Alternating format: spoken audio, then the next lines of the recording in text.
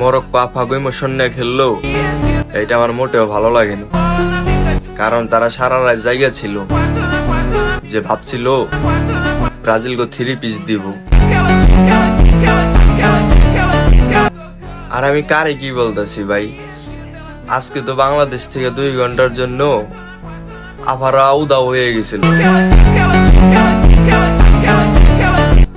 সবাই তো মরক্কোতে যোগ দিছিল, কিন্তু কি হইল, মরক্কো এইভাবে আফাগো ইমোশন নিয়ে খেললো। ভাবছিল 3 পিস দিব, 20 মিনিটের মাথায় একটা গোল দিল, 30 মিনিটের মাথায় অগো পিছন জ্বলল।